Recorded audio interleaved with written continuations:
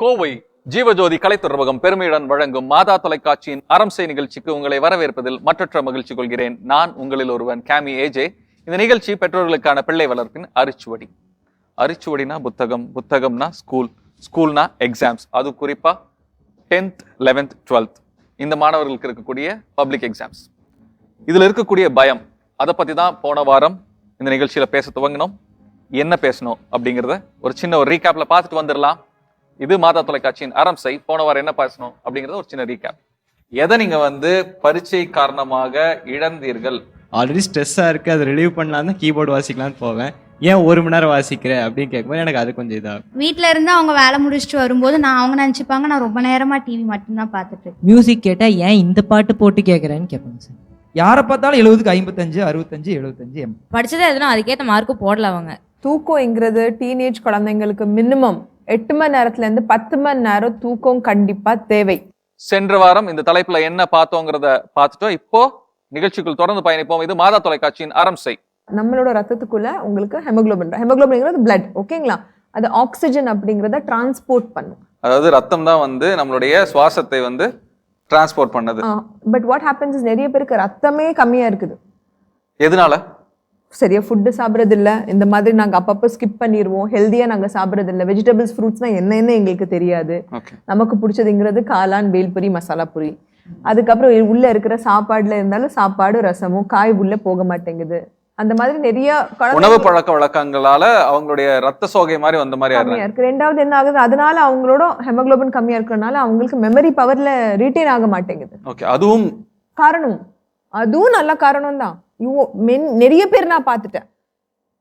கம்மியா இருக்கு, எனக்கு தூக்கமா வருது, ரொம்ப டயர்டா இருக்கு, என்னால உட்காந்து படிக்க முடிய மாட்டேங்குதுன்னே வராங்க.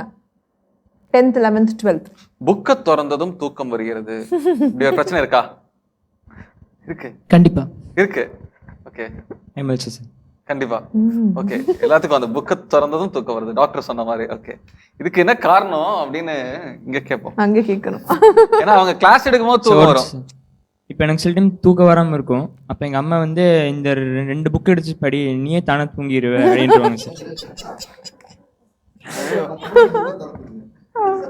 ஓகே சார், இதுக்கு முன்னாடி 10th ஒரு 5 சப்ஜெக்ட்ஸ் தான் இருந்திருக்கும் இல்லைங்களா? அப்போ எந்த சப்ஜெக்ட்லையுமே தூக்கம் வராது, மேக்ஸில் கூட தூக்கம் வராது.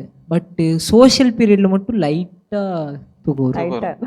இந்த கதை, அது மனுஷ வாழ்க்கை வரலாறுல ஒன்று இருக்கு. கதை கேட்டு தூங்கி பழகினவங்க நாம. அப்போ சோசியல்ல கதையெல்லாம் படிக்கும்போது தூக்கம் வர்றது அதுல ஒரு சந்தேகமே கிடையாது. உறக்கம் அப்படிங்கிறது, அந்த புக்கை திறந்தா தூக்கம் வருது அப்படிங்கிறத பத்தி என்ன நினைக்கிறீங்க? உறக்கம் நாங்கள் வகுப்பறைக்கு போனோடனே ஒரு சில குழந்தைங்க பார்த்தீங்கன்னா அப்படி கொஞ்சம் இப்படி இருப்பான், இப்படி ஃப்ளாட் ஆகிடும். என்ன தம்பி இப்படி தூங்குற அப்படின்னு கேட்டா, மிஸ் அப்படியே கண்ணு கசக்கும். ஒருத்தன் தூங்குறத பார்த்தா அடுத்த தூங்க ஆரம்பிக்கும். என்னன்னு கேட்டா, ஒன்று ஃபுல்லாக காலை உணவு எடுத்துட்டு வருது, இன்னொரு விஷயம் என்னன்னா சாப்பிடாம வரும் சோறு. எய்தர் பொங்கல் ஃபுல்லா கட்டிட்டு வந்திருப்பாங்க, இல்லைன்னா ஒண்ணுமே சாப்பிடாம வந்திருப்பாங்க. 2 காரணம். அப்போ உடல் சோர்வு, இல்லாட்டி உடல் நல்லா சாப்பிட்டு அந்த உணவு பை ஃபுல்லாகிட்டு வரும். 2 காரணம். ஓகே, இந்த கிளாஸ்ல தூங்குறது ஓகே, புக்கை திறந்தா எல்லாரும் ஒண்ணுதான். How to you tackle with them? அந்த குழந்தைங்கள்ட்ட பிரிஸ்கா வச்சுக்கிறதுக்கு டஃப்பான சப்ஜெக்ட் அப்படின்னு இவங்க மனசுல ஒரு சில சப்ஜெக்ட்ஸ் இருக்கும், சரிங்களா? பிசிக்ஸ் மாதிரி.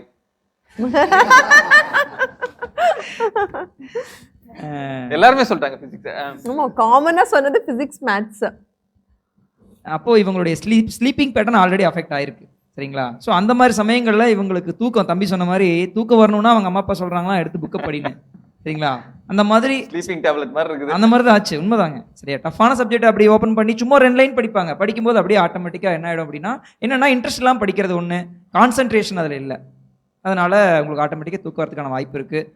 மெயினாக பார்த்தீங்கன்னா மேடம் சொன்ன மாதிரி தயவுசெய்து தண்ணி நிறையா குடிங்க. இப்போ பாடியினுடைய டெம்பரேச்சரை அதிகமாக வச்சுக்கூடாது. நார்மலாக நம்முடைய பாடியின் டெம்பரேச்சர் தெரியும் இல்லைங்களா, 36.9, அதாவது 37 டிகிரி செல்சியஸ். அதில் எப்படியே மெயின்டைன் பண்ணணும். மெயினாக ஹேர் கட் பண்ணுறது எங்கள் ஃபாதர் அடிக்கடி சொல்லுவார், நல்லா முடி வெட்டுங்க. ஏன்னா நம்ம பாடியை ஹீட் பண்ணும். ஹீட் பண்ணும்போது உங்களுக்கு இன்ட்ரெஸ்ட் ஒரு விஷயத்தில் வராது, சரிங்களா? அதனால தண்ணி நிறையா குடிங்க. என்னுடைய பாயிண்ட் ஆஃப் வியூவில் நான் சொல்லக்கூடிய ஒரு கைண்ட் சஜஷன். இன்னொரு விஷயம் என்னன்னா, யாருமே தலைக்கு எண்ணெய் வைக்க மாட்டாங்க. பண்டைய காலத்துல பாருங்க, சிரிக்கிறாங்க பாருங்க. அவங்க என்ன இல்ல, நானும் அந்த பக்கம் வந்து நின்னுக்கிறேன். சொல்லுவாங்க சனி நீர் ஆடுன்னு சொல்லுவாங்க. ஆம்பளை பசங்க வந்து சனிக்கிழமை நல்லா எண்ணெய் வச்சு குளிக்க வைப்பாங்க. ஏன்னா உடல் சூடு கம்மியாகும்.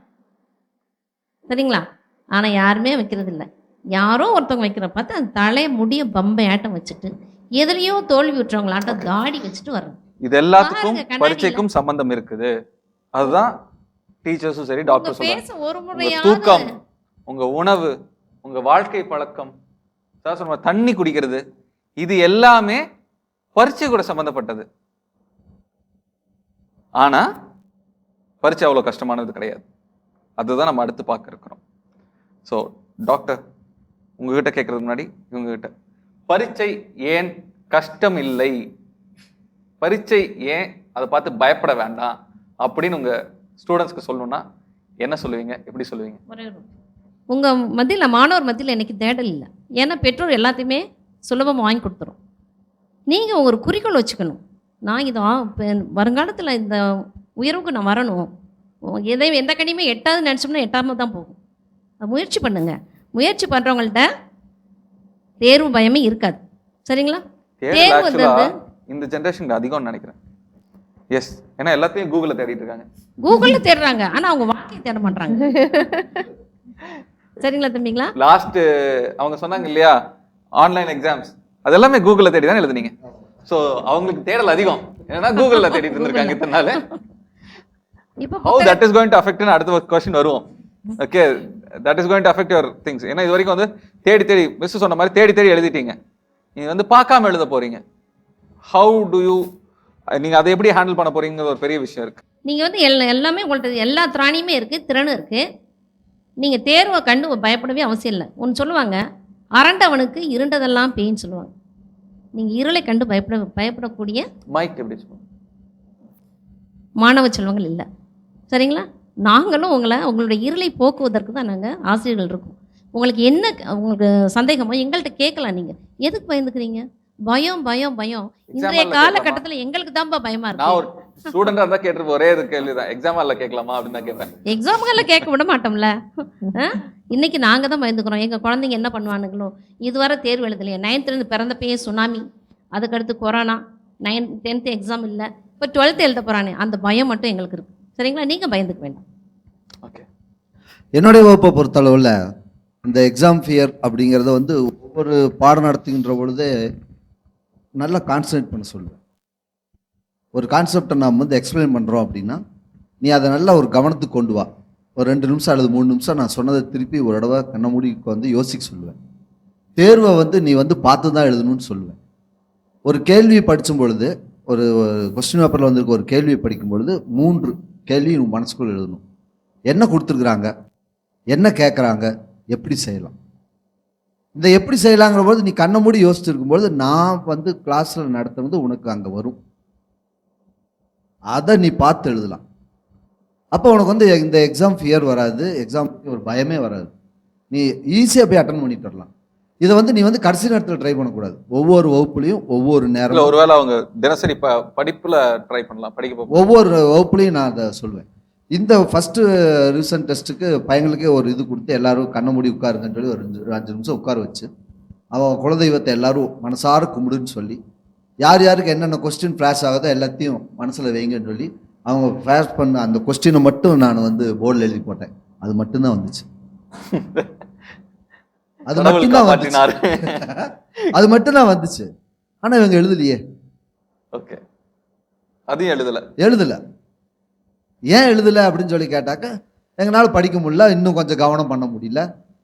அவங்க என்ன பண்ணுறாங்கன்னா 35 மதிப்பெண்ணா 35க்கு தான் போடுறாங்க. 35 வரைக்கும் தான் அவங்க எழுதுறாங்க.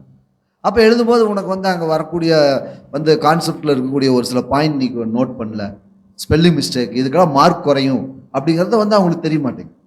இப்போ தமிழ் தேர்வை பொறுத்தளவுக்கு ஒரு 8 கேள்விகளுக்கு மட்டுமே 49 மதிப்பெண்கள், வெறும் 8 கேள்விக்கு மட்டும். அவங்க என்ன பண்ணுறாங்கன்னா முதல்ல வரும்போது ஓனா மாற்றிக்கிட்டே வருகின்ற பொழுது இவங்களுக்கு இந்த 8 எழுதுறதுக்கும் வந்து டைம் இல்லை, எழுதுறது பிடிக்க மாட்டேங்குது. ஏன்னா இந்த 8ல் 5 மதிப்பெண்கள் இவர்கள் என்ன தெரிந்து கொண்டார்கள் என்பது. தேர்வு என்பது எவ்வளவு சுலபம்னு சொல்ல சொன்னா ஒரு இன்னும் கஷ்டமாக்கிட்டே போயிட்டு இருக்காங்க. அப்படி வந்து அவங்க கொண்டு வராங்க. அப்போ இதை கவனித்தல கொண்டு வந்து வச்சு அவங்க ஒவ்வொன்றையும் கொஞ்சம் கொஞ்சமாக டெவலப் பண்ண ஆரம்பிச்சாங்கன்னா மெமரி பவர் அதிகமாகும். கான்செப்டை புரிஞ்சுக்கிட்டாங்கன்னா போதும். ஓகே, அதை படிக்க போகும்போதே வந்து அது வந்து ஸ்டெப் பை ஸ்டெப்பாக நம்ம அதை வந்து ப்ராக்டிஸ் கொண்டு வரும். ஒரு சில பையங்க அதை உணர்றாங்க. ஆமாங்க சார், நீங்கள் வந்து சொல்லி கொடுத்தீங்க, நாங்கள் பார்த்து எழுதணும். சார் சொன்னது என்னன்னு நான் ஒரு ஐடியா சொல்கிறேன், ஒரு இதமாக சொல்கிறேன். நாங்கள் என்ன பண்ணுவோம்னா அப்போ வந்து கேசட் இருந்தது. ஓகே, கேசட்டை போட்டுட்டு புக்கை ஓப்பன் பண்ணி ஒரு ஃபிசிக்ஸில் இருக்கக்கூடிய ஒரு ஃபார்முலா டெரிவேஷன் வந்து அப்படியே சொல்லிடுவோம். சொல்லிட்டு சாப்பிட போகும்போது எப்பயாச்சும் என்ன பண்ண போகும்போது அதை போட்டுட்டு பாட்டு கேட்குற ஐடியாவில் அதை வாக்மேனில் போட்டுட்டு கேட்டுருப்போம். அப்போ வாக்மேன் ஒன்று இருந்தது, கேசட்டில் போட்டு கேட்போம். அப்போ அது படித்தது நம்ம குரலே திரும்பி நம்மளை கேட்குறது, நம்ம கேட்க வேண்டிய ரிதமில் தான் நம்ம படிச்சிருப்போம். இல்லை ஒரு பீட் மாதிரி படிச்சிருப்போம். அது ஒரு பாட்டு மாதிரி உள்ளே ஏறிடும். சார் சொல்கிறது அதுதான், நீ அங்கே போய் உட்கார போகும்போது அந்த பாட்டாக தான் உனக்கு அந்த ஆன்சர் ஞாபகத்தில் வரும். கண்ணை மூட்டினதும் அந்த ஆன்சர் ஷீட் முன்னாடி அது வரும், எழுதலாம். இது நான் படித்த விதம். ஒவ்வொருத்தருக்கும் ஒரு இது இருக்கலாம். உனக்கு மியூசிக் பிடிக்குங்க மாதிரி அந்த மாதிரி எப்படியாச்சும் you just make your studies into your interesting field அப்படிம்பேன் நான். வேற இப்போ நீங்கள் ஒரு கொஸ்டின் கேட்டீங்க இல்லையா, தேர்வு பயம் இல்லை அப்படின்றதுக்கு நாங்கள் என்ன சொல்லணும் அப்படின்ட்டு. ஆக்சுவலாக தேர்வு, what is the purpose of exam அப்படின்ற ஒரு புரிதல் உங்களுக்கு இருக்கா? இப்போ நம்ம எந்த ஒரு பொருள் வாங்க போனாலும் பார்த்தீங்கன்னா பார்த்தோன்னே ஒரு பொருள் வாங்குறதில்ல, 4 பொருளை தேடி பெஸ்ட் ஒன்று தான் என்ன பண்ணுறோம், செலக்ட் பண்ணுறோம் இல்லைங்களா? அப்போது உங்களை நீங்கள் வேல்யூ பண்ணுறதுக்கான ஒரு மிகப்பெரிய டூல் தான் இந்த எக்ஸாம். இப்போ you should give your best இல்லையா? அவங்க உங்களை நீங்களே தான். ஒன்று. No one is going to value அப்படின்னு தான் சார் சொல்றாரு. ரெண்டாவது, நீ உங்களுடைய என்ன சொல்கிறது, நாலேஜ், உங்களுடைய பிரெயின் கெப்பாசிட்டி, உங்களுடைய வேல்யூ எவ்வளோ அப்படிங்கிறது உங்களுடைய மார்க்கில் தெரியும். அப்போது நீங்கள் பெஸ்ட்டாக பண்ணால் மட்டும்தான் இந்த டூல், அதாவது எக்ஸாம் வழியாக நீங்கள் அதை பெஸ்ட்டாக கொடுத்தா மட்டும்தான் உங்கள் மார்க் வழியாக நீங்கள் யார் அப்படின்றத எங்களால் புரிஞ்சிக்க முடியும். ஸோ நீங்கள் யார் அப்படின்றத காட்டுறதுக்கு இது ஒரு டூலாக நீங்கள் பார்க்கணுமே தவிர மிகப்பெரிய ஒரு பயமுறுத்துகிற ஒரு விஷயமா நீங்கள் பார்க்கக்கூடாது. நடிகனா பார்க்கணும். நடிகனா பார்க்கணும். நடிகனா. ஓகே, இது வித்தியாசமா இருக்கு. ஏன்னு கேட்டிங்கன்னா, எனக்கு சொல்லி கொடுத்தது அப்படி தான் சொல்லி கொடுத்தாங்க. ஒரு திரையில் பார்க்குற போது ஒரு நடிகை, உங்களுக்கு பிடிச்ச நடிகைன்னா நீங்கள் சொல்லுவீங்க. அவங்க என்ன ஆக்ஷன் பண்ணுறாங்களோ அதை சொல்லுவீங்க, என்ன பாடுறாங்களோ அதை சொல்லுவீங்க. அதே தான் நம்மளும் பண்ணிருக்கோம். படிக்கிறீங்க, பாடுறீங்க, ஆடுறீங்க. தேர்வுக்கு பயம் புரியல. இன்னும் எனக்கு கொஞ்சம் தெளிவாக சொன்னீங்கன்னா பெட்டராக இருக்கும். நடிகனாக இருக்கும். அதாவது மற்ற திரையில் பார்க்குறோம், ஒரு ஆக்டரை பார்க்குறோம், அவன் பாடுறான், ஆடுறான். பட் அதே இது இவங்க பண்ணுவாங்க. ஓகே, அதே தான் நம்மளும் பண்ணிட்டு இருக்கிறோம் வகுப்பறையில். அதை பண்ண மாட்டேங்கிறாங்க. ஆசிரியர் செய்யறோம். Okay, fine, correct. அவங்க என்ன சொல்றாங்க எனக்கு இப்பதான் புரியுது. புரியுதா? ஒரு சினிமா வந்து உங்க மனசுல பதியுது. ஏன் அதே தான் நம்ம பண்றோமே, நம்ம அந்த ஆக்டரா இருக்கலாமே அப்படிங்கறத நீங்க சூஸ் பண்ண மாட்டேங்கிறீங்க. ஒருவேளை நீங்க மேக்கப் இன்னும் போட்டு வந்திருக்கணும்னு நினைக்கிறேன். இல்ல மேக்கப் அப்படிங்கிறது ரெண்டாவது சார். இல்ல நீங்க இன்னும் அடிச்சு ஊன்னு சொல்லி கொடுத்துருந்தா பெட்டரா இருக்கும்னு நினைக்கிறேன். ஆக்ஷன் ஃபிலிம்னா பிடிக்கும்ல எல்லாத்துக்கும். மாட்டீங்க. நல்ல ஒரு இது. இப்பவும் பாத்தீங்கன்னா ஸ்டாஃப் ரூம்ல சில ஸ்டாஃப்ஸ் குழந்தைங்க தூங்கிடக்கூடாதுன்னு இவங்க பவுடர் அடிச்சுட்டு போறாங்க மதியம். ஏன்னா நம்ம முகத்தை பார்த்து குழந்தைங்க தூங்கிடக்கூடாதுன்னு சொல்லிட்டு இன்னமும் எங்க ஸ்டாஃப் ரூம்ல பாத்தீங்கன்னா நிறைய பவுடர் டப்பா இருக்கு. இல்ல எல்லா ஸ்டாஃப்ஸ் சரிங்களா? ஸோ அந்த அளவுக்கு வந்து உங்களுக்காக நம்ம என்ன பண்றோம், எஃபர்ட் எடுக்கிறோம். சரியா? அதனால நீங்க கொஞ்சம் யூட்டிலைஸ் பண்ணிக்கணும் எங்களை. So doctor, why exam is not fear? எக்ஸாம் பார்த்து பயப்படுற அவசியம் இல்லை அப்படின்னு அவங்களுக்கு சொல்லணும். ஏதோ ஒரு காரணமாக சொல்லுவேன். எக்ஸாம் பாயிண்ட் ஆஃப் வியூ அப்படின்னு நம்ம சொன்னோம்னா, எக்ஸாம்ங்கிறத நம்ம பார்க்கும்போது அது ஒரு எல்லாரும் பில்டப் விட்டு இது ஒரு பெரிய விஷயம், எண்ட் ஆஃப் த வேர்ல்டு, இது பண்ணாதான் நம்ம நெக்ஸ்ட் ஸ்டெப்புக்கு போக முடியும், இது பண்ணாதான் இது ரொம்ப இம்பார்ட்டன்ட் தான். நாங்கள் இல்லைன்னு சொல்ல வரல. பட் அதை நம்ம ரொம்ப ஒரு என்ன சொல்கிறது, ஒரு முடியாத ஒரு கோல், இம்பாசிபிள் அப்படின்னு எல்லாரும் ஒரு வச்சுக்கிறாங்க. இல்லைன்னா அவங்க சொன்ன மாதிரி கம்பேரிசன், உங்களோட பியர்ஸ், ஃப்ரெண்ட்ஸ் ஆர் தங்கச்சி எல்லார்கிட்ட ஒரு கம்பேரிசன் பண்ணிக்கிறாங்க. அப்போது உங்களுக்கே ஒரு ஃபியர் வந்துடுது. ஸோ ரியலிஸ்டிக்காக நீங்கள் என்ன பண்ணணும்னா, this is an exam. 10th வரும், 12th வரும், காலேஜும் போகும். எக்ஸாமிங்கிறது நெவர் எண்டிங். அது கண்டிப்பாக எண்ட் ஆகாது, இருந்துகிட்டே தான் இருக்க போகுது. ஸோ அது ஒரு ஸ்டெப்பு மட்டும் நினச்சிக்கோங்க, அது எண்டு நினைக்கக்கூடாது. யாரோ சொன்னாங்க அவ்வளோதான். நான் ஃபெயில் ஆயிட்டேன்னு எரியர் வச்சேன்னா என்ன நடக்கும்? ஒன்றும் நடக்காது. நீ எரியர் திருப்பி கிளியர் தான் பண்ண போற, திருப்பி படிச்சு திருப்பி கிளியர் தான் பண்ண போற, ஒன்றும் நடக்க போறது இல்லை. எண்ட் ஆஃப் த வேர்ல்டெல்லாம் எதுவுமே இல்லை. இது அந்த ஃபியர் எக்ஸாம்ல நிறைய டைம் ஃபியர் எதுக்கு வருதுன்னா, லாஸ்ட் டைம் நான் ஃபெயில் ஆனேனே, இந்த வாட்டி நான் ஃபெயில் ஆயிடுவேனா, எங்க அக்கா அந்த மார்க் வாங்கினாங்க நான் வாங்கிடுவேனா, எங்க அம்மா அந்த மார்க் வாங்க சொல்றாங்க நான் வாங்கிடுவேனா, சார் சொன்னாங்க நான் ரொம்ப ஃபர்ஸ்ட் மார்க் வாங்குற பையன் நான் வாங்கிடுவேனா. இந்த மாதிரி அன்யூஷுவல் ஃபியர்ஸை நீங்களா எடுத்துக்கிறீங்க. ப்ரெஷர் இருக்கதான் செய்யும், மக்கள் பேசதான் செய்வாங்க, அதை நம்ம சேஞ்ச் பண்ண முடியாது. உங்களுக்கு என்ன முக்கியம்? நான் இதை பாஸ் பண்ண, நான் இந்த மார்க் வாங்கணும். அதை நீங்க ஒரு ரியலிஸ்டிக்கா செட் பண்ணுங்க. ஒரு ஸ்டிக்மா.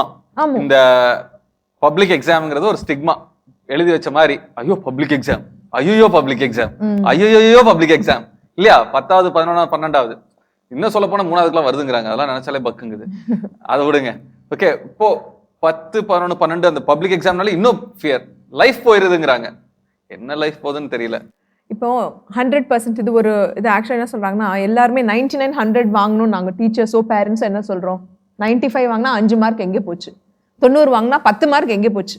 90 வாங்கினதை பத்தி நாங்க விட்டுறது இல்லை, 10 மார்க் எங்கே போச்சு அதை தான் நாங்க பிடிக்கிறோம். ஸோ நம்ம குழந்தைங்க 90 கஷ்டப்பட்டு வாங்கியிருக்காங்க, நம்ம குழந்தைங்க அவ்வளோ ஸ்ட்ரகிள் பண்ணியிருக்காங்க. அந்த 90க்கு நம்ம ஃபர்ஸ்ட் அவங்களுக்கு கிளாப் பண்ணி அவங்கள நம்ம வெரி குட் சூப்பர் அப்படின்னு நம்ம சொல்லணும் பெற்றோர்களுக்கு. ரெண்டாவது, ஒரு குழந்தைக்கு எப்பவுமே யாருனாலும் சரி, நம்மளுக்கே சரி, 100% முடியாத காரியத்தை நம்ம அச்சீவ் பண்ண சொல்லக்கூடாது. 85 வாங்கிக்கோ. ஆனா அவங்க என்ன 40 தான் வாங்கியிருப்பாங்க, அது டிஃப்ரெண்ட், அது வேற விஷயம். As a parent, as a teacher, நம்ம குழந்தைங்களுக்கு 85% வாங்கிக்கோ. அவர் என்ன முடியுமோ அதை வாங்கிக்கோ. நீங்க அப்படியே சொன்னீங்கன்னா அவங்க அதோட நிறைய வாங்க ட்ரை பண்ணுவாங்க.